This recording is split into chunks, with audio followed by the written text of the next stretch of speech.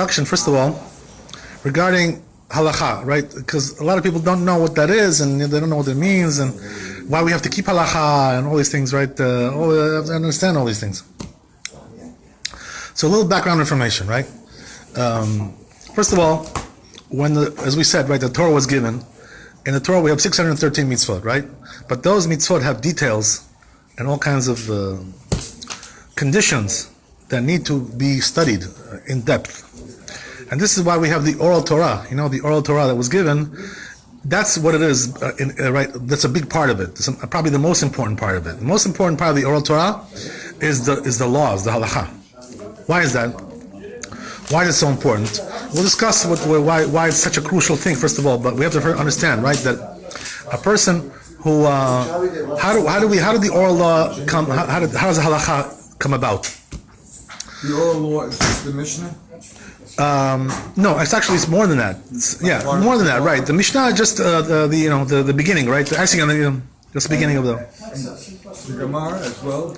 All of the Gemara. We're going to discuss all these things. We're going to discuss everything, what it really means. But anyway, it's a good question. We have to keep asking those questions because it helps me to get clarity. So anyway, the point is, Rabotai, that the oral Torah was given to Moshe Rabbeinu, but it was given in several different ways. What does that mean? Number one, there's something which is written explicitly in the Torah, in the Chumash, right? So this already, you don't need oral Torah so much for that to know that this is a mitzvah, to do this mitzvah. Of 613 mitzvot, right? So what happens is like this, right? That if it's written in the Torah, that's considered to be deoraita. What does that mean? That HaKadosh Baruch Hu gave us this mitzvah. It's not from the rabbis. The rabbis did not make this mitzvah. The Torah made the mitzvah, the Hashem made the mitzvah, one of the 613 mitzvot. So this is one of the things, right, that are explicitly written in the Torah. There are other things which are not explicitly written in the Torah, but they are derived by methods of derivation, right? This is what we call, right, we read this in the morning when we pray Shachrit, the 13 principles of Rabbi Shmuel, right? Rabbi Shmuel Omer, B'shlosh midot HaTorah nidreshet, and it tells you, right, all the types of methodology that the Torah is darshaned. What does that mean? That there are certain things which are not written explicitly in the Torah, but we use methods of derivation, that we receive the tradition how to do this, and this is what it's telling you, right, Rabbi Shmuel. What is Rabbi Shmuel telling you? He's telling you that these are the methods of derivation that a person can look in the Torah and derive some kind of a law from there.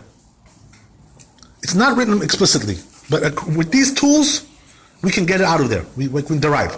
Not everybody can do this, by the way. This is not like we can now, sit, Mike and David and Jimmy, and we can do these kinds of derivations. We cannot really do these things. Why is that? Because you need to have really a tradition for this, You have to receive it from your rabbi as well. If your rabbi taught you this derivation, so then you can use that derivation. But if you don't have a tradition for that, you can't just make up something new yourself. Oh yeah, I think it's like this, should be like that. It doesn't work like that. You need tradition for that. You have to receive it from, right? The whole Torah is a tradition, basically. So because of that, you need a tradition for that. So nowadays, right, by the way, we don't do derivation at all. We don't use this method. We don't know how to really do it so good. We're not really expert in it. So when did it really end, this method of derivation? It ended after the times of the Talmud. Once the Talmud was sealed, right, that was it. After that, nobody can do derivation anymore, and also nobody can make up new rules in the Torah, like new laws. Make up my own. Okay. So what does that mean? A person cannot just say, I think, it seems to me, that this is what it means, and this is what it means. Who told you? Where are you bringing these things from? From the sky you got it? Your prophet? Nobody can bring something new from the Torah today that we didn't get from Har Sinai. Whatever we got, that's what we have. There's nothing else. That's all there is. We did amend some things, though, to fit into a modern system. Yes, we're going to discuss that. That's a very important concept. Very important, yes. A man stoned his wife. I mean, they deserve it still, but... So you're saying we should do it? We should... Okay. It's not civilized. I got you. We don't It's not, steal our wives. Okay. In the old days, they used to stone them for... Right, now they have electric chair, David. They have electric chair, they have all kinds of things. For adultery? They burn you to a crisp. For adultery. In Iran, yeah, they do it. In Iran, they'll hang you for that. You get hung from that. They do horrible Yeah. things. So Yeah, they still do have They throw things off they buildings. still do have death penalty in some places for adultery and things like this. But There are. Jews have learned to be more civilized. Okay, well, we'll discuss that. What it really means, all this, right? This being civilized, not being civilized. Is that really the reason, or there's a different reason that we cannot do these things? We have to discuss all these things. There's a lot of this big discussion. So anyway, Rabbi, what I want to tell you is that we cannot do these derivations from the Talmud or from the Torah or anything like that. So what we do basically is that whatever we got in the Talmud, whatever we have in the Midrash, whatever we have in the Zohar Kadosh, all these things, these sources of the sages, whatever they gave us, that's all we have when it comes to derivation from Torah. We cannot do our own derivation. We cannot add things now, new things from the sky. I think it's like this, I think it's like that. This is already a lost art. We don't have the wisdom for this anymore. We don't have. And also there's another thing, right? Which is what? That the Rishonim write, the Rosh and other Rishonim, they write, big rabbis, they say that even if we knew how to do it, let's say, right, this kind of derivation, even nevertheless, we cannot do it anyway. Why is that? Because you cannot do something new from the Torah, a new decree, right? Once the Talmud was sealed, the Mishnah and the Talmud were sealed, there's no more room for any new decrees. Whatever we have, that's what we have. That's it, right? We cannot say, if, I'll tell you, I'll give you an example, right? And this addresses partially your question, which is what? Let's say something new came in the world. We discussed right now, before you guys came, Jimmy was here, Shalom was here, and our friend was here also, right? Nisim, he was here also. So what does that mean? We discussed the issue of electricity, right? So in those days, they didn't have electricity. They didn't have chashmal. They didn't have electric lights. And when the Torah was given, these things did not exist, right? So the question is now, since those things did not exist in those days, so, maybe we can say like this, right? You know what? But, yeah, those things didn't exist. But if it would have existed, the rabbis would have said that it's not allowed. I'm sorry, but we have a source in the Torah about electricity.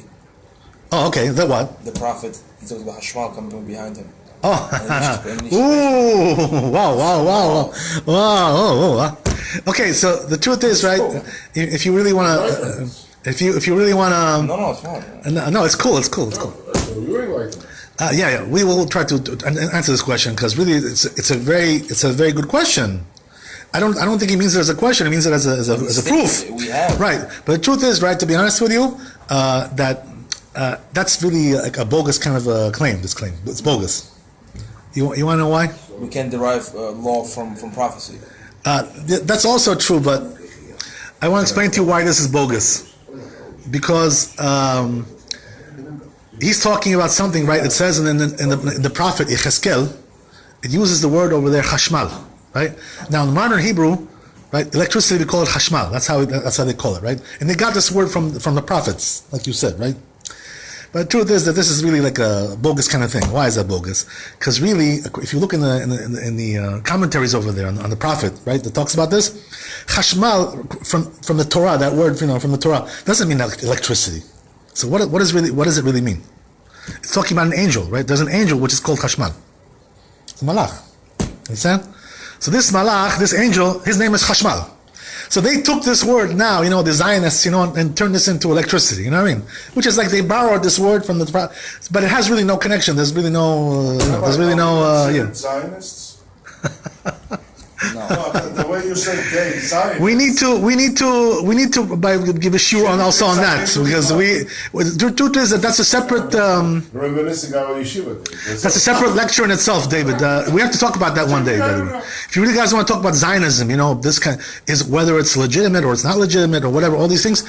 Maybe one day we'll talk about that. No, because you said the Zionists, they took this. What I meant to say about the Zionists is that the Zionists were the ones who. You're outcasting. Or us. Well, you're a smart guy. What can I tell you? But I can't get into. You have David is very smart. But you read into my words very well. But this is now. I don't want to get into it now. I don't know you. Nobody does. He knows me too good. Okay. So anyway, the point is, Rabbi, that regarding Zionism, right? What I meant to say is like this. We're not going to get into now the depths of Zionism, all that, right? But I just want to tell you that the reason I use this word Zionists is because they were the ones who founded the country, Yes. the modern Israel, right? And since they were the ones who founded the country, so therefore they're the ones who really established the principles of the new Hebrew language. Basically, they're the ones who worked on that, right? There was one guy, right? His name was Ben Yehuda. So this Ben Yehuda, he was the one who wrote the modern dictionary of modern Hebrew. So he's, like a typical Zionist, kind of a guy, you know what I mean? So therefore, all this, right, is considered to be a creation of the Zionist entity, right, which is the modern state of Israel. The modern Hebrew is also depending on that. So that's the reason I use the word Zionist, because they're the ones who gave us, the modern Hebrew usage that we have today. They're the ones who, the people, the Jews also, of the world, that's opposed to the state of Israel, call them not Zionists, but fascist Jews, or Nazi Jews. Okay, we have to talk about that. Yes, I know what you mean. I know what you're talking about. We have to talk about that one day. By the way, you should know that, we, right, the ones, who are like, spend a lot of our lives in the diaspora, outside of Israel, we don't get offended by talking about this. But, if you go to Israel, by the way, and you go to like a typical shul over there, and you start talking like things like this against, they'll really get angry at you because they take it personally. They take it. They're gonna say, they're gonna jump on you. What are you talking about? Because they grew up with that culture. So they consider it to be like a part of it's a part of the. So they take it very personally when you right, exactly, yeah. So by the way, but this is interesting. We have to talk about this one day. About Zionism and the merits and the flaws and all these things, right? There's a lot to talk about when it comes to that, right? Anyway, now's not the time for that. But anyway, what I wanted to say is like this, right? That since this word is just like they borrowed it from the Tanakh, from the prophets, Chashmal, so it really has nothing to do with it's not really from the Torah, Because in the times of the Torah, there was no Chashmal, there was no electricity. You understand? What do I mean to tell you, by the way? When I say in the Torah there was no electricity, what I mean to say is that there was no like man-made electricity, because really static electricity exists everywhere, all the time. That's something else. We're not talking about static electricity. What does that mean, static electricity? That means that even in our body we have electricity all the time going through, That's why, like, sometimes I will touch him, like a spark. Where did that come from, that spark? Because we have electricity going through our bodies. The whole neurological system. You understand? Exactly, yeah. So the truth is that electricity also exists in nature. That's something else. That always was. That's a different story. But we're talking about now the man-made electricity, right, that we're using, for our lights and for our, for our Tesla, right, whatever it is, and all these things, right? That's something else. It's a different story. For air conditioner, for the heater, all these things, that's a different issue. Anyway, about that, what I want to tell you is like this, right? Before we get into the issue of electricity, we're going to get into that if we have time. I think we will have time. But anyway, the point is, I want to give you just an overview about what is halakha, right? All these things. So what I want to tell you is that there are things that we derive from the Torah, as we said, right? We cannot do that, but whatever we got as a tradition from the Talmud, from the other sources as well, the Talmud is the main source of these things, right? Whatever we have from there, the derivations, and by the way, this is what they spend a lot of their time. The young boys, who are learning Talmud in yeshivot, right? Most of their time, they're spending learning these laws that I'm talking about, derivations, right? Kal v'chomer, gezerah shavah, right? All these things, right? These are the things that they're learning in yeshivot. How they did this, and how they made that, and how they learned out this, and how they got this out from the Torah. This whole exercise, right, is what? To teach you how the rabbis extrapolated, right, all these things from the Torah. These using the word, the concepts of right, the Shlosha Shemidot, the 13 principles, which a person can extrapolate from the Torah, all kinds of things. It's like a code system, basically. That's what it is, There's codes there. I'm not talking about now these modern codes that were made today, by these professors. I'm not talking about that. That's a man-made thing. We don't know if this is really true or not. Could be that it's really not true, by the way. These codes, It happens, they say, if you go like every 7 letters and you take a letter, all these, they made themselves these things, We have no tradition regarding these things. You understand? So we cannot really attest to these things, whether it's true or not. We really don't know. We have to be skeptical, by the way, about these things. You know why? Because since we don't have a tradition about it, it doesn't come from the Talmud, it doesn't come from the sages. So whatever doesn't come from the sages or Talmud, we have to be very skeptical and, what is this stuff, I think some professor, made up this thing. That's not Torah. Torah is only what we got from Har Sinai. But you see a lot of times by the letters, the numbers. It makes sense, right? Yeah, there's a lot of logical things there. Yeah, you're right. Yeah. But the truth is, that doesn't really prove that it's Torah. You know what I mean? The fact that there are some logic there are some things which come out, good. They come out. It's random number generated. Right, exactly. It's RNG. They use computers, by the way, to do these kinds of, algorithms and all kinds of things. I don't know, but this is not Torah. Torah is only what we receive from Har Sinai. How many letters? That's what I'm trying to tell you. How many letters in the Torah? 400,000 letters about? I don't know. Yeah, it's about 400,000 Okay. letters. You can find any connection using mathematics for any Right. Obama. Exactly. You can take these random searches. Too much. Exactly. He's right. What we're saying. Trillions of You can take any random search in a computer, do all kinds of things like this, and you can come out with all kinds of interesting codes and names. But this is not a part of the Torah. This is just something that was made by professors, or whatever. Some researchers. It's not the Torah is only what we got from Har Sinai. That's what I can tell you, Rabbi. Technically speaking, that's the way it is. So anyway, Rabbi, we cannot do derivation, but the rabbis did, and whatever we have, that's also part of the Torah. Now, but things like this, right? When the rabbis derive things from the Torah, like this, right, with using these principles that we said, the question is, those derivations, are they considered to be deoraita from the Torah, or it's from the rabbis, rabbinical? That's the question, right? This is a very good question, because really it's not written explicitly in the Torah, this thing. So then, technically speaking, what is it? It's Deoraita or it's Derabanan? So the truth is, right, that most of these drashot, most of these extrapolations that they make in the Torah, in the Talmud, they're considered to be from the Torah as well. Why is that? Since they are derived using these rules that we got from Har Sinai, from Mount Sinai, these rules we got from Har Sinai, we didn't make up these rules ourselves. It's a tradition that we have regarding these rules. So therefore, since we're using these rules, which are from the Torah, to extrapolate something from the Torah, so therefore most of these things are considered to be actually from the Torah, even though it's not written explicitly in the Torah. It's called Deoraita. That's what it is, right? Interesting idea. But there's also another thing which is similar to this. That what? That sometimes there are allusions in the Torah, right? That we're not using these principles, 13 principles of Rabbi Shmuel, to derive them. But it's just like a hint, like something, there's some kind of allusion there. There's some kind of a extra word or some kind of a usage which is like different than normal usage of language, some kind of a deviation from normal usage. So things like this also, right, the rabbis take these deviations, these allusions, and they make laws from there. The rabbis do that.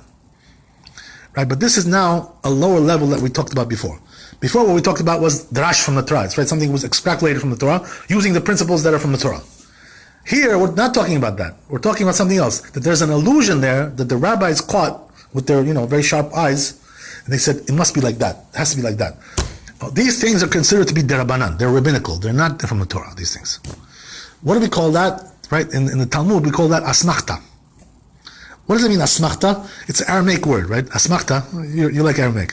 So it means what? It's like a support. Asmachta means support. What does that mean? That they're using some kind of language from the Talmud, from the Torah, from the Bible, right? To support making a new law, something which was not from the Torah. This is called asmachta. So asmachta, right, is something which is not from the Torah, is considered to be a rabbinical law. So these are two separate things, right, which are similar, but not exactly the same. Okay? Then we have also another thing which is even less than that, which is what?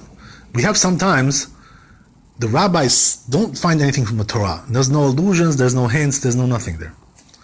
But because they see some kind of a phenomenon, a new phenomenon, which is taking place in the society, what does that mean?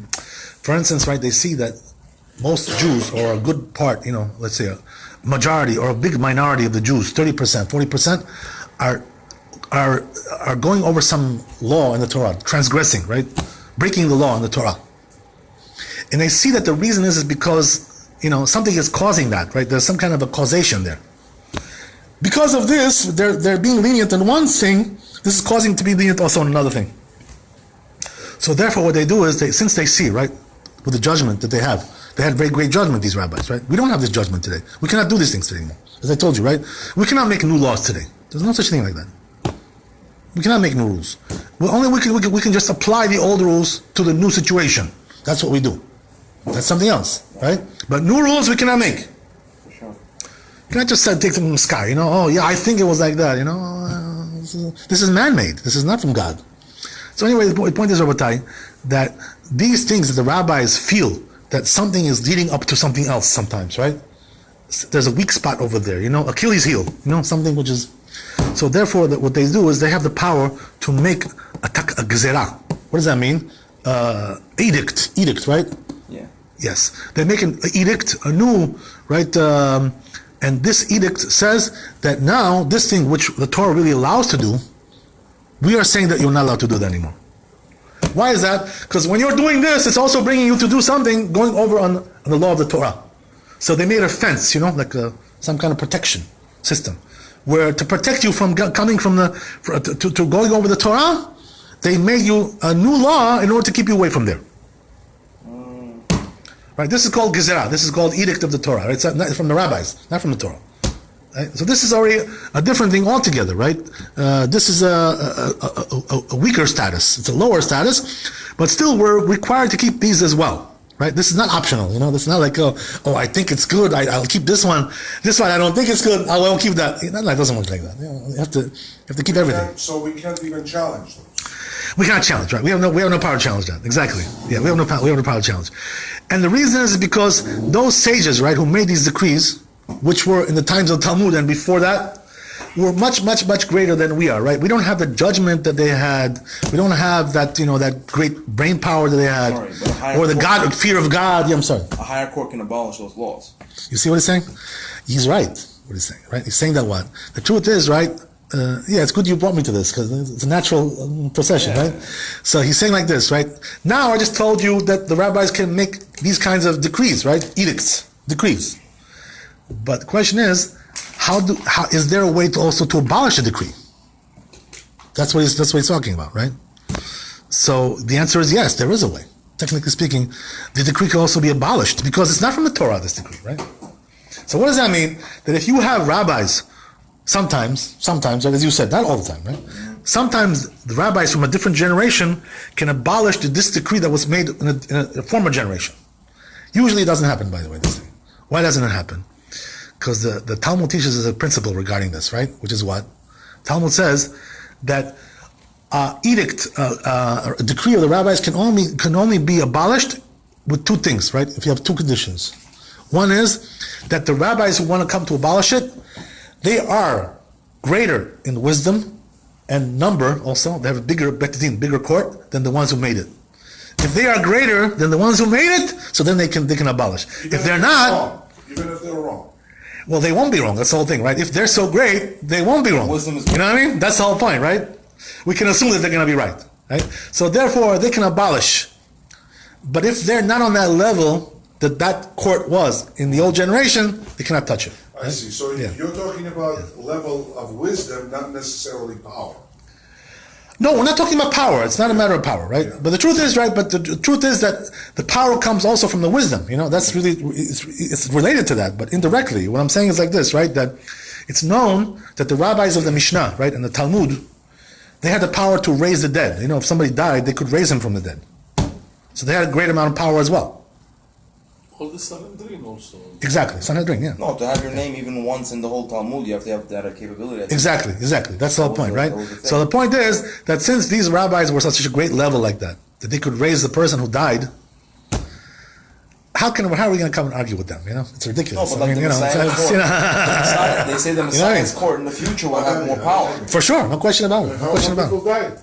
Raise him and that's it. Rabbi, can you do that with my parents? I'll give you an example. By the way, this is what they did to raise the dead. It doesn't mean that they did this like on a regular basis. They did this when there was very, very unusual need to do that. Something very unusual, something very great. I'll give you an example. Right, there's an interesting story brought down in the Gemara regarding this. Right, we spoke about this a little bit before, but not this element.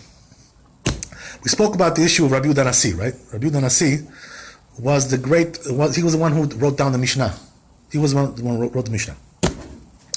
Rabbi Nasi was a very holy man. He came from the line of King David, right? He was from that family, King David and his descendants. He was like a Messiah. He was a Messiah, Mashiach. He was the Mashiach of that generation, right? That was a great man.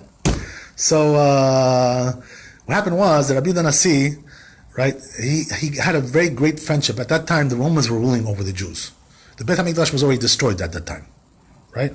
How long was it the Beit HaMikdash was destroyed? The Beit HaMikdash was destroyed in the lifetime of Rabbi Akiva. That's when it was destroyed, right? So Rabbi Nasi was about 2-3 generations after that. Mm-hmm. Rabbi Nasi. Rabbi Akiva, when he died, the same day Rabbi Nasi born. That may be true. Yeah, that may be true. But by the time that, Rabbi Akiva, when he died, he was probably like over 100 years old, right? So once Rabbi Yehuda Nasi grew up and became a Nasi, they say, right, that each generation is 20 years. So there definitely was 3 generations between them. You know what I mean? Like 60 years. Because until he grew up and, became a Nasi and everything, so we're talking about 60 years, let's say, whatever, whatever, something like that. So the point is, right, that Rabbi Yehuda Nasi was a very great man, very holy man, right? They say, right, that they used to call him Rabbeinu HaKadosh. Only he had this name, right? What does that mean? Our holy rabbi. Only they called him this name. So they say, why do they call him Dafka? There was many other holy rabbis. The Talmud, we had many holy rabbis. So Dafka, him, right? Only him, they called him the holy rabbi. Why? What's the reason?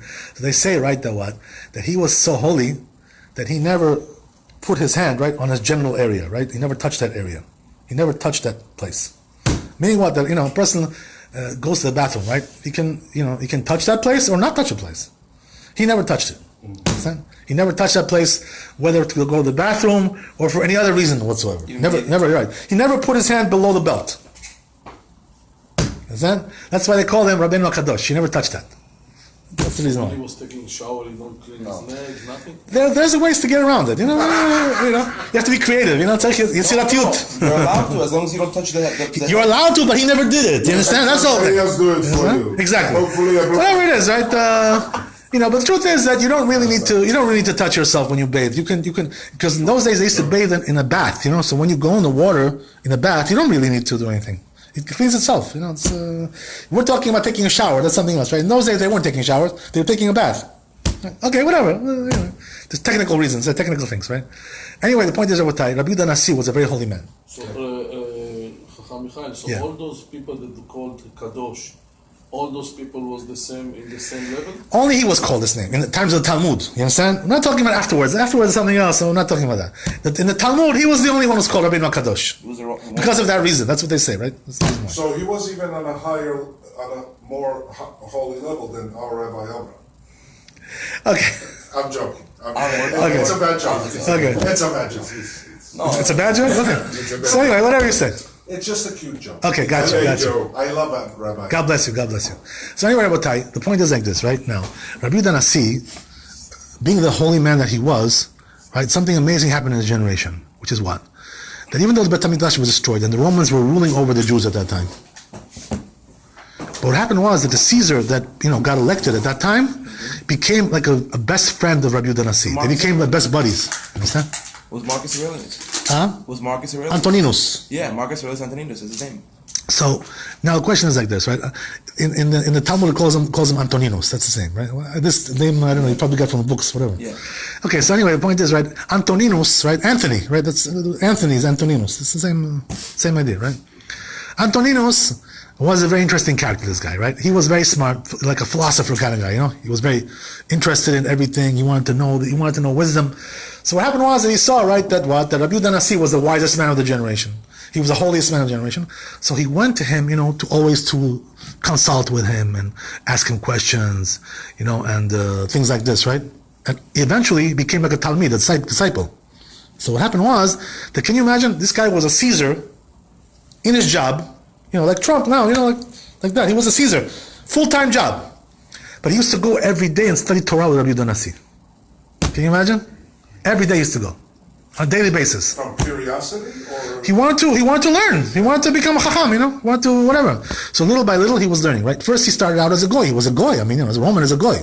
They come from Esav, but Esav is a goy.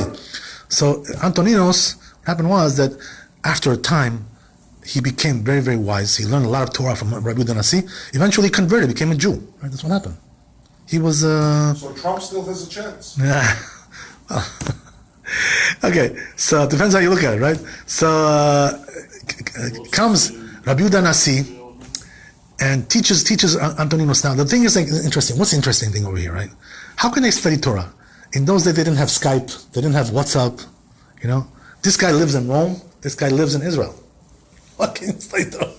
What are you gonna do? How are you gonna study Torah every day? What, you have fax? You have what? What do you have? What, email? What do you have? Raven. Right? You have Hangouts. What do you have? How are you gonna study Torah? So you know what the answer is? An amazing thing, right? That the rabbis say.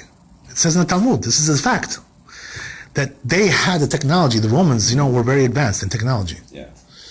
So what happened was that Antoninus made a tunnel that goes from Rome all the way to Israel. Underground tunnel. Like Hamas today, they make these tunnels.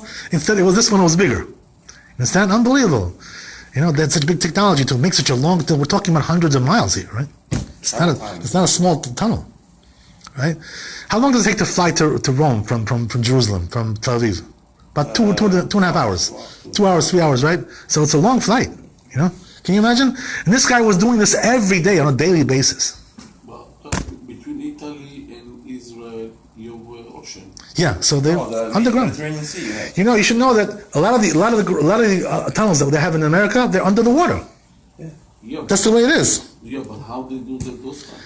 Great technology, as you see. They had also great technology, you see? No, those old empires, by the way, they had great technology. Egypt, Rome, they had a lot of technology. Society owes them everything. I mean, the Egyptians, the Romans. Well, the thing is, to be honest with you, I must tell you that even though they had great technology, these societies, right? Egypt had great technology, Rome, but a lot of it got lost. Once the empire fell apart, a lot of the technology got lost also. Everything we have today is but we don't really have a lot of the stuff that they had. Everything we have today is from Germany. So it says that he traveled every day he used to come. Assuming 1,500 miles, 2,000. Unbelievable, right? This is unbelievable. Every day he used to come, right? It must have been a very fast train that he had over there. He must have said a very fast train, but whatever. Yeah. But the point is like this, right? An unbelievable thing, which was what? That Rabbi Nasi Antoninus had a problem, though. What was the problem? The problem was being a Roman, you understand, and studying Torah is not a good idea, right? Why is that? Because the Romans were anti-Semites. You understand? So a Roman who starts to study Torah and is thinking about converting, they may kill him, They may either kill him or assassinate him, or, they may burn him, or they may remove him from his job, right? Impeachment, Impeach 45, right? That's impeach. They may get rid of him. So Antoninus knew this very well. That if he would tell people that he's studying Torah, he'd be removed from the job, at least, if not killed. Right? So what he did was, Antoninus, he hid this, right? He didn't tell anybody that he was doing this. It was a secret, basically. Can you imagine such a thing like this? So he was disappear every day. They're not asking where they're going. Exactly. For a few hours every day he was gone, right? So now, interesting thing is, right? What's the story? The story is that, but there was also another problem, right? Technically speaking, what was the problem? The Gemara says, right, this problem. The problem was that he used to need to be accompanied by an entourage of people, right? Yeah. 2 people at least. The king, right? The king cannot travel around by himself. He needs guards, he needs somebody to protect him. So, Secret Service guys, these guys. So what happened was like this, right? That he used to have 2 men with him. He used to go with him on that trip every day. But when they would get there, they had a problem. You know what the problem was? That if they knew what was going on, where they were going, they would squeal, leaks. There's a lot of leakers in Washington, whatever. So because of that, you know how it is, right? They leak.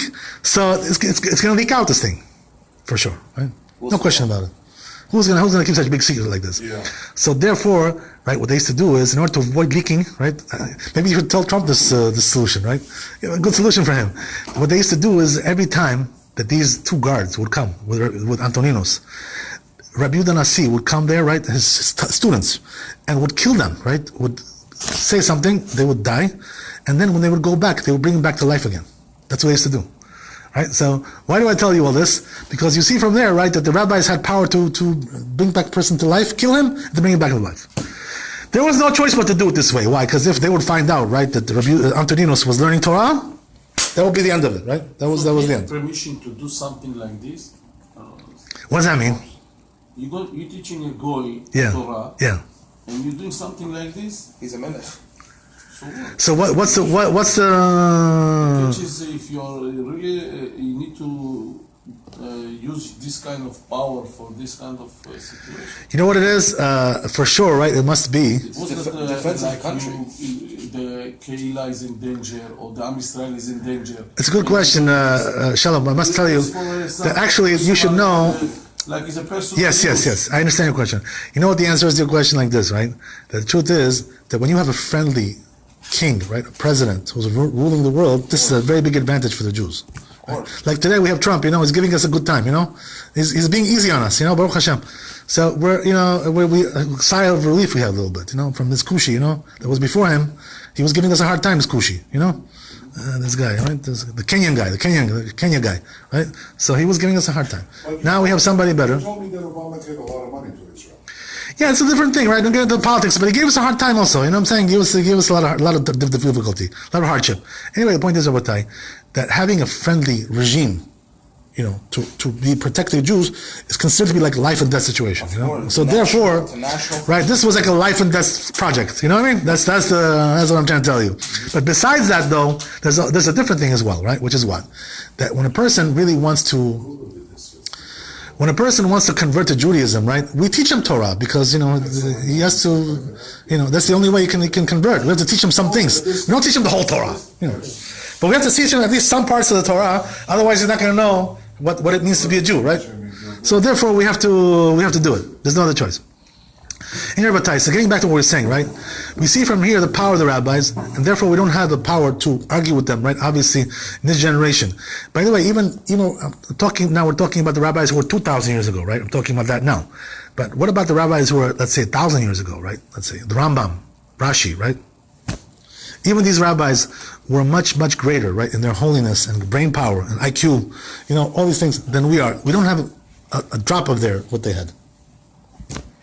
So therefore, that's why they say, right, that don't ever argue with the former rabbis, right, the Rishonim, the ones who came way before you, 500 years before you, 1,000 years before you. You have no business arguing with them because those rabbis had much greater understanding and insight and holiness and fear of God than we do. Right? It's an assumed rule. They say, right, just to give you an example, they say, right, it's a funny story. I think it's a true story, actually, this story. It's not a fable.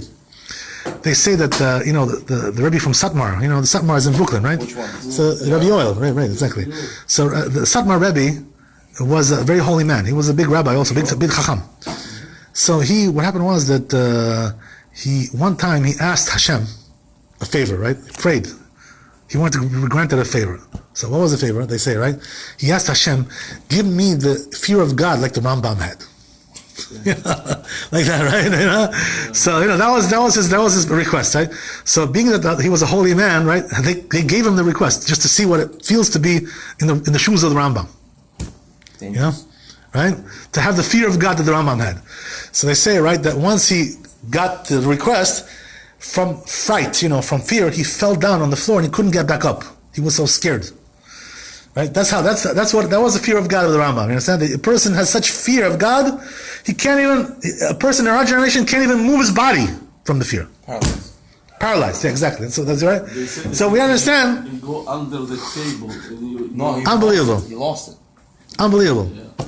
Unbelievable story, right? Rabbi, Yeah. Not to challenge you, but the scriptures, the distance between Rome and Jerusalem is exactly 4,135 kilometers. Yes. 2,000 miles. Yeah, and even if I'm assuming with today's technology, let's say, even if you have an S65 Oh my God. and 621 horsepower, it'll take you 44 hours exactly to get there. Yes.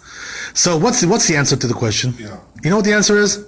That they had some kind of technology at that time to go very fast in the tunnel that we don't know what that was. So it's true. And by the way, now they're beginning to develop that. You should know. They're doing a tunnel train, Maybe there was right? Which is supposed to go twice as fast as the regular. Maybe he was doing Masa Merkava and taking him over.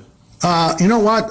We have to probably assume that it wasn't Kvitzat HaDerech. You know why? Because at that time he was still a goy when he started to come. You know what I mean? He wasn't able to do things like that. Right? It doesn't say in the Talmud that they did Kvitzat HaDerech. Because if they did, they don't need a tunnel for that. You know what I mean? You don't need a tunnel to do You that. have to literally take all of this. It's like Yeah, this is literal. the world being created in 7 days. It was their timeline. Yeah. But, No, you see, you have to be large enough, in your mind. You have to be large enough to understand that the situation was different in those days. Perspective. You have to understand, right? You don't think in terms of our situation, of our metziut, because we live in a different world. Yeah. You know what I mean? Every generation has its own limitations and, strong points and weak points. Don't try to plug in what we have into what they had, because they had something else. They had a different world. They had a different life. You know what I mean? So the point is, anyway, that That's a different issue, but they had some kind of technology, obviously, that they were able to do that. Time work different, a lot of elements. From what I Right? remember, You don't have to go so far to talk about time. It was something in nature. from what I In nature, remember, yeah. what I remember a long time ago, I learned Unless about there's that reason, because he was not our estimation in from Rome. Taipei He was to living in New Israel, Jersey, and his uncle was the Caesar in Rome. The truth is that he was coming also when he was a Caesar as well. Yeah. Yeah, for sure, no question about it. It says Mefurash in the Talmud. Yeah. Yeah, no question about we it. deducted terrible. Anyway, Rabbatai, because if he wasn't, he wouldn't need a tunnel from Rome, because it says in the Talmud there was a tunnel from Rome. Okay, whatever. Anyway, let's just, He was you know. the governor of Israel. You know what? We don't need to. Right, no, that's something else. That was before, right? Maybe beforehand, right? But he became Caesar as well. He was coming as well. Anyway, the point is, Rabbatai, that you should know that don't get caught up with these details, because these things we cannot always have answers for these things. They had different things in those days that we don't have today. So that doesn't mean that we have to become skeptical about these things. There's no reason. If you're a little bit open-minded, you can understand these things fairly well. Okay, whatever. Anyway, the point is, Rabbatai, I'm just trying to stress to you the greatness of the rabbis. So what does that mean? That we don't have the power to argue with them, or to question their motives, or whatever, their motivations and their honesty and integrity. We don't have power to do that.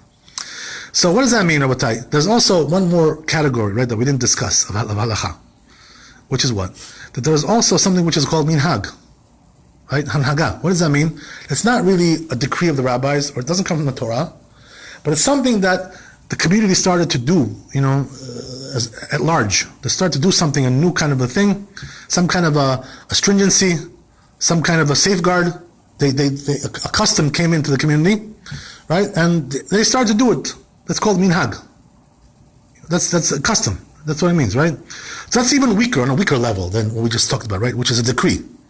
There's takana, there's gezerah, which is decree, and there's minhag, right? Which is a lower level as well. So the question is now, what about minhag, right? Do we have to keep the minhag? Are we obligated to keep that? Or can we question that? Right? So I must tell you that you're right, but there is also a caveat there. What's the caveat? The truth is, right, that there's a lot of discussion in the poskim and the rabbis about customs, about minhagim, whether you're required to keep it or not to keep it. Because really the rabbis never made this decree, right? Nobody made the decree. Yeah. But the community started to do it for some reason. Maybe the rabbi of the community told them to do it, or just the people started to do it themselves. There's different variations there, right? So really the truth is, right here, I want to tell you just briefly, because we can get into this very deep also, but there's several sayings in the Chazal about minhagim, about customs, right? One is what?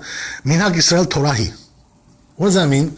That when you have a custom which is universally accepted amongst the Jews, or amongst a certain country that you live in, or a city, whatever, that's considered to be like Torah. What does that mean? That you have to keep it. That you're obligated to keep it. There's also another saying of the sages, which is just the opposite of this one, right?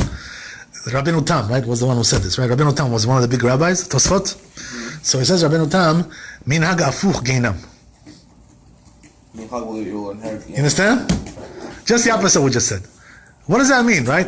If you take the words minhag, right, in Hebrew, and spell it backwards, it comes out geinam, jojocheti. You understand? Comes out just the opposite. So the question is why? What is he trying to tell you over here? That sometimes a person can keep minhag and go to hell. Excuse the expression. Well, right? Depends on what you're doing. You can go to Gainam. You don't keep the minhag, you go to hell. It's a long story. You understand? So the question is, what does that mean?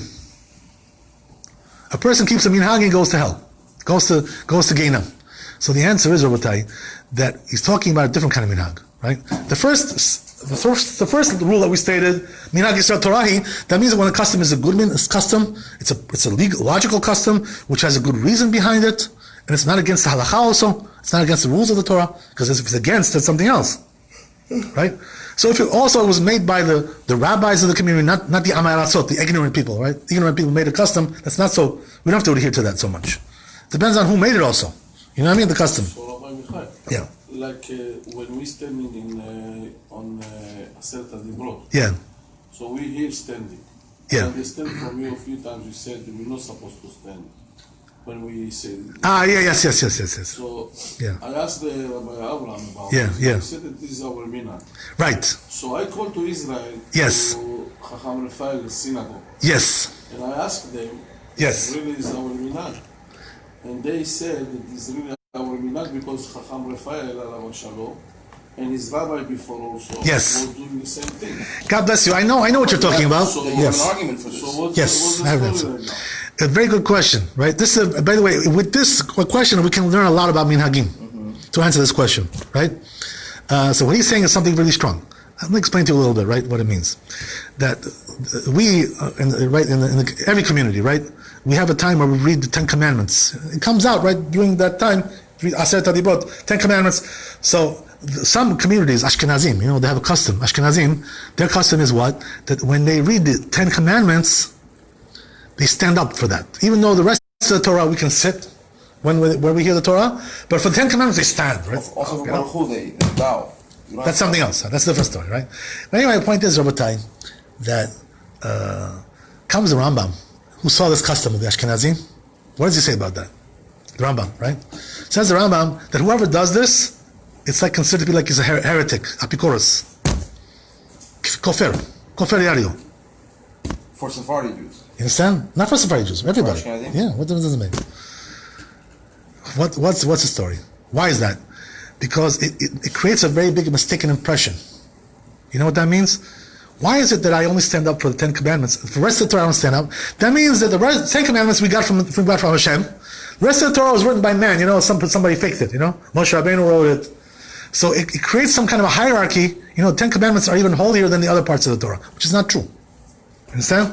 All the Torah is holy equally. Every word of the Torah is very holy. So therefore, when you make this kind of like discrimination, this Torah we stand. This Torah, there's 2 Torahs we have. We don't have 2 Torahs. No, we only have 1 Torah. There's only 1 grade of Torah. All the Torah is equally holy.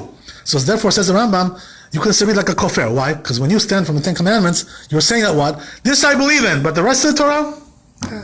By the way, I heard a lot of people like that who say this. Let's say about me, I don't think like this. Right, but the problem is you don't for sure. But the problem is it creates an impression in the community. Right, we're concerned about the community. Yeah. The people who are amarasot, that's what they think. And by the way, I know people who think this way. I know people. I have relatives that I've spoken to, and they say only the 10 Commandments was from Hashem. Yeah, it's true. The rest of the Torah was written by men. That's what they think. It's like when Obama bowed down to the Arab king, and he disrespected everybody else. Okay, so you understand what I'm talking about? So says the Rambam, therefore a person who does this, You're just looking for politics. a person who... I really mean it. He was actually criticized for that, at least by some people. You remember when he bowed down to it? Yeah. Why didn't he bow down to anybody else? I mean, what? He's some Arab sheikh or king is holier than, So he did. I didn't see him bow down to rabbis. So why the American vote for him again? Huh? Why the American vote for him again? Look, They didn't. that's some people's choice. Okay, I will tell you, the politics, let's get out of politics. We're here to learn Torah, Baruch Hashem. So now, right, what are we saying? That the Rambam says that a person who does this is considered to be like a kofer, like a heretic. It's like, it implies heresy. For sure. You understand? So therefore what happened was like this, right? The Ashkenazim didn't go like the Rambam, right? They don't always go like the Rambam, the Ashkenazim. The Ashkenazim have their rabbis, Tosfot, Rashi, they have, right, Rabbeinu Tam, they have the Rosh, right? Who So do we have? we have the Rambam, we have Maran Bet Yosef, we have also our rabbis, right? So the point is like this, right? The Rambam was Sephardi, right? The Maran is something about this? Yes. So you should know all the Sephardi poskim, they say like to do like the Rambam, not to stand, right? No Sephardi posek says you should stand during the 10 Commandments. Good question. Oh, that's a good question, right? Georgia, so let me explain to you what happened with Georgia, right? By the way, what happened with us, with the Georgians, happened also in Bukhara. It also happened in Iran. It also happened in Morocco. Happened in many Sephardi countries. In Morocco, I prayed 20 years in Israel. I said that the abroad was not offended. That's something else. I'm not talking about that. What I mean to say is that what happened was like this, right? That there was a period in history. We're talking about 100 years ago, 200 years ago, plus, minus, right? Yeah. That there was a lot of ignorance in our communities, in the Sephardi communities. We didn't have big rabbis. We didn't have rabbis who were knowledgeable in halakha, in being a posek, in being this, all these things. So therefore, what happened was that the Ashkenazim identified this problem by us. They saw that we have a problem. We don't have big rabbis. Wait a second. We don't have, Rabbi Pinchasi, but we excommunicated. Okay. Another bad joke. I can't stop. So, you understand, Rabbi? What I'm telling you is like this, right? Since the rabbis identified this problem, the Ashkenazi rabbis, by the way, these rabbis were from Chabad, number one, and number two, also Lithuanian rabbis. Okay. From the other side, right? Ashkenazim have two different departments, right? They have Hasidic and they have Lithuanian, right? They both were coming to Georgia and also other places, as we mentioned, and they were teaching Torah over there because they saw that there was no big rabbis there in Georgia, and other places as well, that they could really hold up the community, and teach them Torah properly. So therefore, they say, right? It says in the Pirkei Avot, when there's no man, you should be a man there, right? What does that mean? If you see nobody can teach Torah over there, do it yourself. If you know something, teach them something. You know what I'm saying? You see, there's no rabbi there. There's nobody who can, who's a macho man, He's got some, So that's what I'm talking about. So that's what they did was actually very, very good, the Ashkenazim, that they came to our places and they taught Torah over there, because otherwise we probably would have been like, God forbid, proselytized into Christianity or God knows what. That's what would have happened. The Georgian, the Gemara is a little bit different. They would become Muslim, right? They're the same thing. Islam, but Musayyab came 400 years ago. Understand? So what I'm telling you is... We have to thank Arthur. Okay, so what I'm telling you, Rabbi, they come from us. But what happens is like this, right? With the Ashkenazim, by the way, they're very good people. God bless them. They're very good Jews.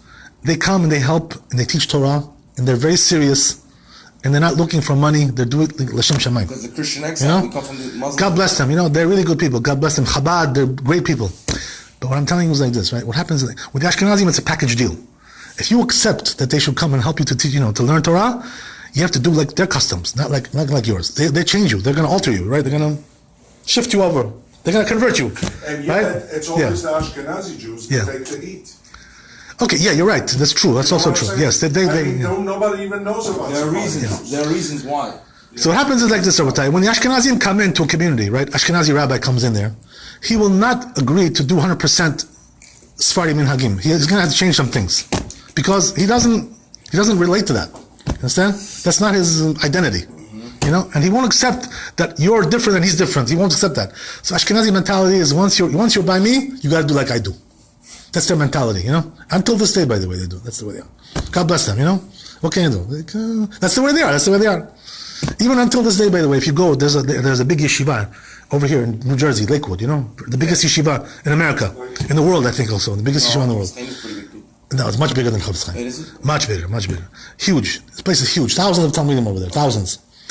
So when you go to Lakewood, what's their policy over there? They're Ashkenazim, not Hasidic. They're Lithuanian, right? When you go to study there, by the way, we send our, like sometimes in our community, our best boys over there to study Torah. Why? Because it's considered to be like the best yeshiva in America. Okay. Yeah. It's the number one yeshiva in America. So we send our boys over there. You know what happens over there? When you send your boy over there, they'll tell him, when you are here, you do like we do. You're not Sephardi anymore. That's it. Now you became Ashkenazi. You can still do your thing, though. They cannot deny me. They won't let you. I will do it. They won't let you. They'll kick you out. Well, it's logical in a way. So I go to Torah Yosef. You understand? So what I'm trying to tell you is, Rabbi, I'll do this, man. that until this day, that's the way it This is is. much greater. I'm sorry to say. I don't want to So- argue this, but I'm not arguing. I'm just saying that they follow a certain code there, and they're not going to let it disrupt because some guy came in and teach this guy in one way and teach another kid another way and let a whole disruption erupt over there. But the truth is, Rabbi, that according to our traditions, by the way, according to our customs, according to our laws, the Sephardi, a person who, let's say, who's Ashkenazi, right? According to what we know, let's say a rabbi is Ashkenazi, and he goes to become rabbi of a Sephardi community. He's not allowed to change the minhagim. He has to tell them to keep their minhagim. He's going to teach them Torah, but when it comes to minhagim, he has to keep their minhagim. That's really the halacha. That's really law. You cannot. It's conflicting. Right? But they don't agree with that, the Ashkenazim. They come like a bulldozer, you understand? Bulldozer, they just plow you over. They don't understand? God bless them. I have nothing against them. Don't get me wrong. Historically, we carry more weight in the realm of law, in the realm of all everything. Right, but we had a week time over here. We had a week period, years. right? So because of that, they came in, and because of that, in Georgia and in Morocco and they changed a lot of customs, right? Some places they changed this custom. Every place they did something. What do you think Right? you are? They never. So therefore, Rabbi, question is like this: now, right? Now that they already changed these customs. And because of that, right, like Shalom said, regarding this, we're doing the Ashkenazi custom because that's what they told us to do. The rabbis from Chabad or whatever it was. So the question is, when did we split up into two parties? It's bad enough in Washington. we can't get anything. Well, we had, We have to have. it really had because of the exile, David, because of the galut. That's really why. Because we went to different locations. Was this decreed though? Was it divine? Decree? Yes, it is divine decree. That it should be? And the reason is because they say, right, according to the Kabbalah, Different souls. that actually, right, there's a big tikkun, there's a big rectification that we keep every opinion that is in the Torah, right? Some community keeps this opinion. Every place you go, there's a different custom. So this way, we uphold every opinion which is in the Torah, and therefore it's considered to be like a very big tikkun. It's a very big rectification. When the Messiah comes, what will we accept? Good question. I think so. What's the? culture. By the way, this is also a very good question. What he's asking, right? That what? The question is that what's going to be. By the way, before we went into exile, when there was a high court, there was only one halacha for everybody. Yeah. That's the way it's supposed to be. It's during Roman exile. Technically speaking, yeah, exactly. After Roman happened. Technically speaking, everybody's supposed to have one halacha only. And if you go against the halacha, you're considered to be a heretic. Kofar. Yeah. Why? Because the Bet Din, the court, paskin this way, they decided this way, and you're going against? By the way, if a rabbi does that, a sage, he's liable to death. They kill him for that. They execute him for that. I think Rabbi Pinchas said yeah. this. Do you remember? Yeah. On Saturday morning during that.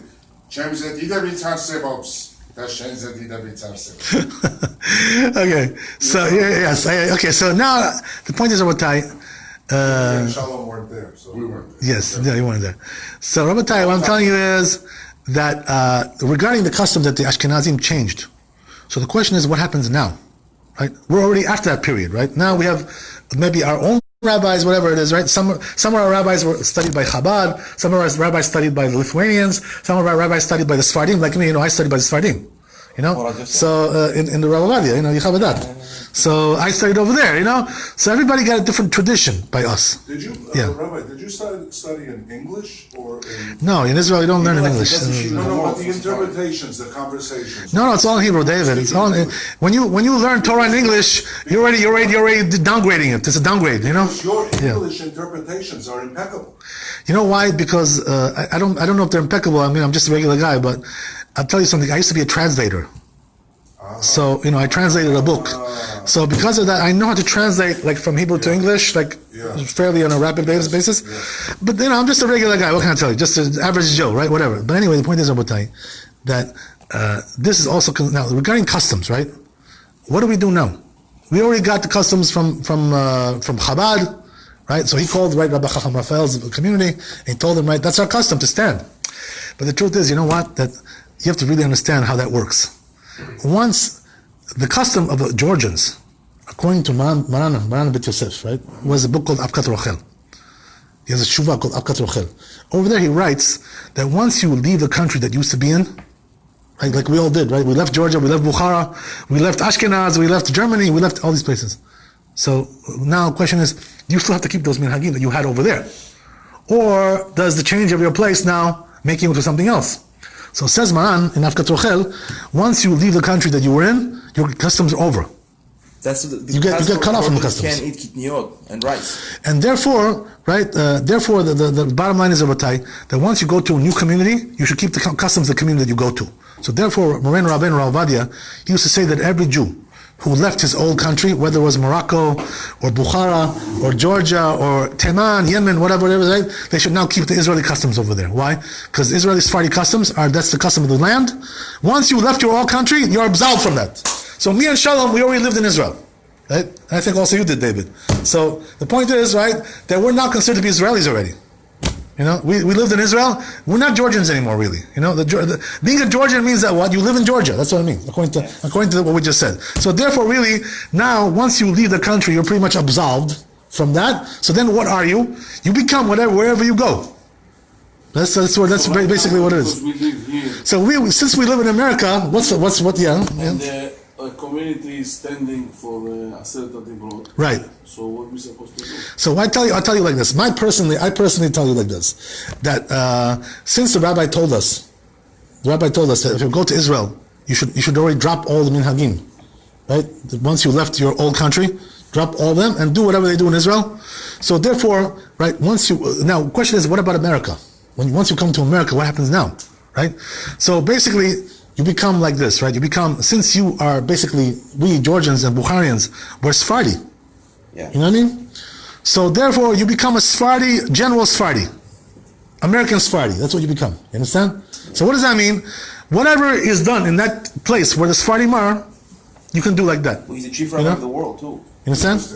So basically, what happens is like this, right? That regarding this custom that you're talking about, but standing for the Aseret HaDibrot, I certainly would never stand. You know why? Because I'm concerned about the words of the Rambam. I don't want to be judged when I go to Shemaim as a kofir. You know what I mean? As an apikoros, as a denier. They're gonna tell me, listen, didn't you know the Rambam said this? So why didn't you, Oh, I had a minhag. Who cares about your minhag? Who cares? The Rambam said like that. Who are you to argue the Rambam? Okay, that's one thing. If you were in Georgia, so the rabbis over there used to do like that. That's a different story. That's a different issue. But now you're in America. That's something else. So I think that we're already absolved from that. Therefore, we should do that. We should be over here, all of us except what's his name? I'm sorry. Arthur. Except Arthur. He's Ashkenazi, but we're Sephardim. But Ashkenazi stand up for it. That's it. So he stands up in his community. They stand up, and we don't. That's all, right? And if they do it over here, you know why it is? To be honest with you, very simple. Do you understand? Right.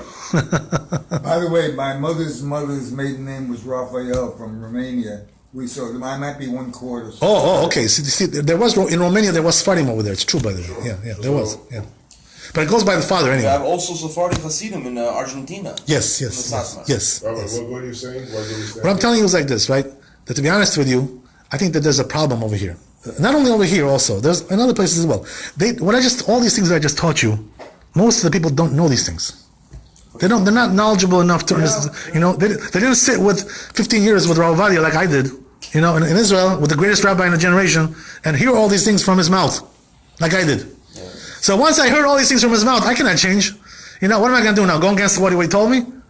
You know what they say about Rav Ovadia, right?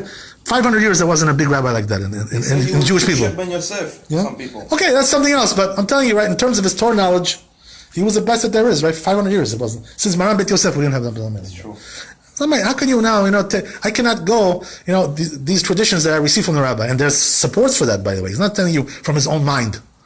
He's telling you from the books. No, but he was accepted, his laws were accepted by the whole Sephardi world. That's it. So what I'm telling you is like this, right?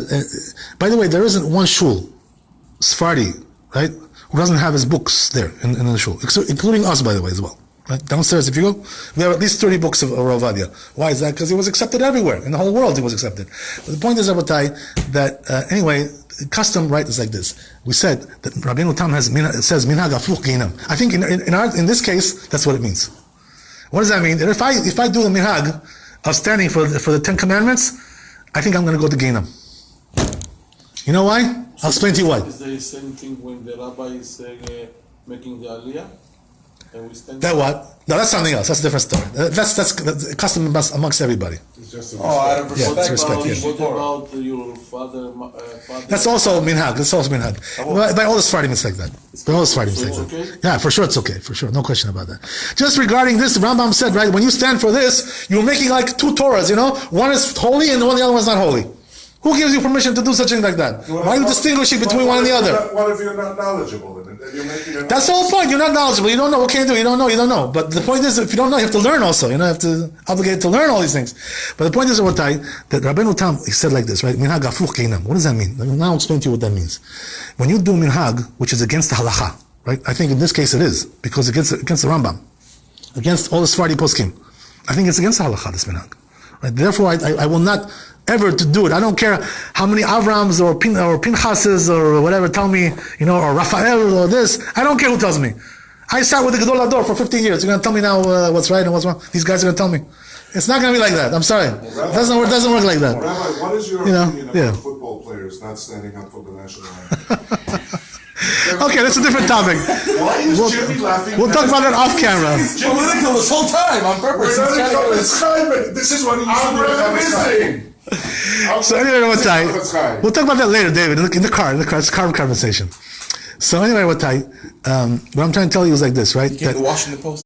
I learned from Morin Rabbein Rawadi another thing, right, which is also related to this. Yes. When it's minhag hamakom, everybody standing and sitting. Yes. also people looking on you like Yes. It's a prize. You know what the Chazal said, right, regarding this, right? So, you know what the Chazal used to say in Talmud, it says, right, I'd rather look stupid in front of everybody but not look stupid in front of Hashem. I don't care if they think I'm stupid. As long as Hashem thinks I'm smart, I don't care. You know, I want to be smart in Hashem's eyes, not in the eyes of the people like this. But you know what it is? Sometimes that's true what you're saying, though.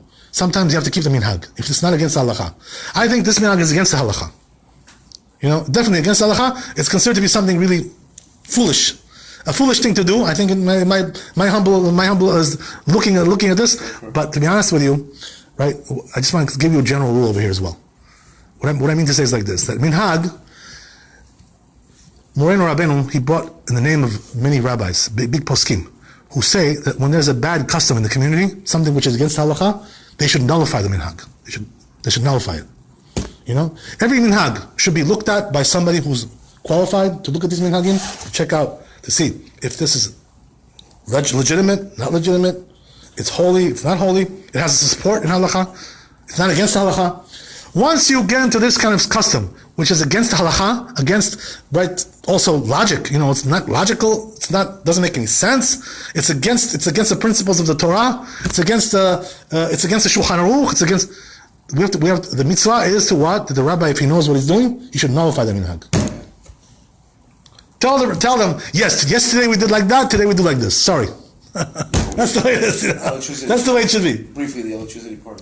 Why is that? Yes. Why is that? Because you know what it is? That when it comes to customs, it's not like something authoritative so much that like you have to keep it, 100%. If the minhag doesn't make sense, if against the halakha, if against the Torah, we nullify it, we don't keep it. That's the way I was taught. In all the books of Rabbi, it says like that. That's the way it should be. Anyway, Rabbi, regarding electricity, right? He wants to hear a little bit about that. Do we have time? What time is it now? Let's do it next time. Okay, next time. So, Rabbi, we have a lot to talk about. I just want to give you this overview a little bit, right, about halakha. We still have a little bit to talk about, a little bit more about this overview. Next time, Hashem, we'll cover it. Thanks for coming. God bless you.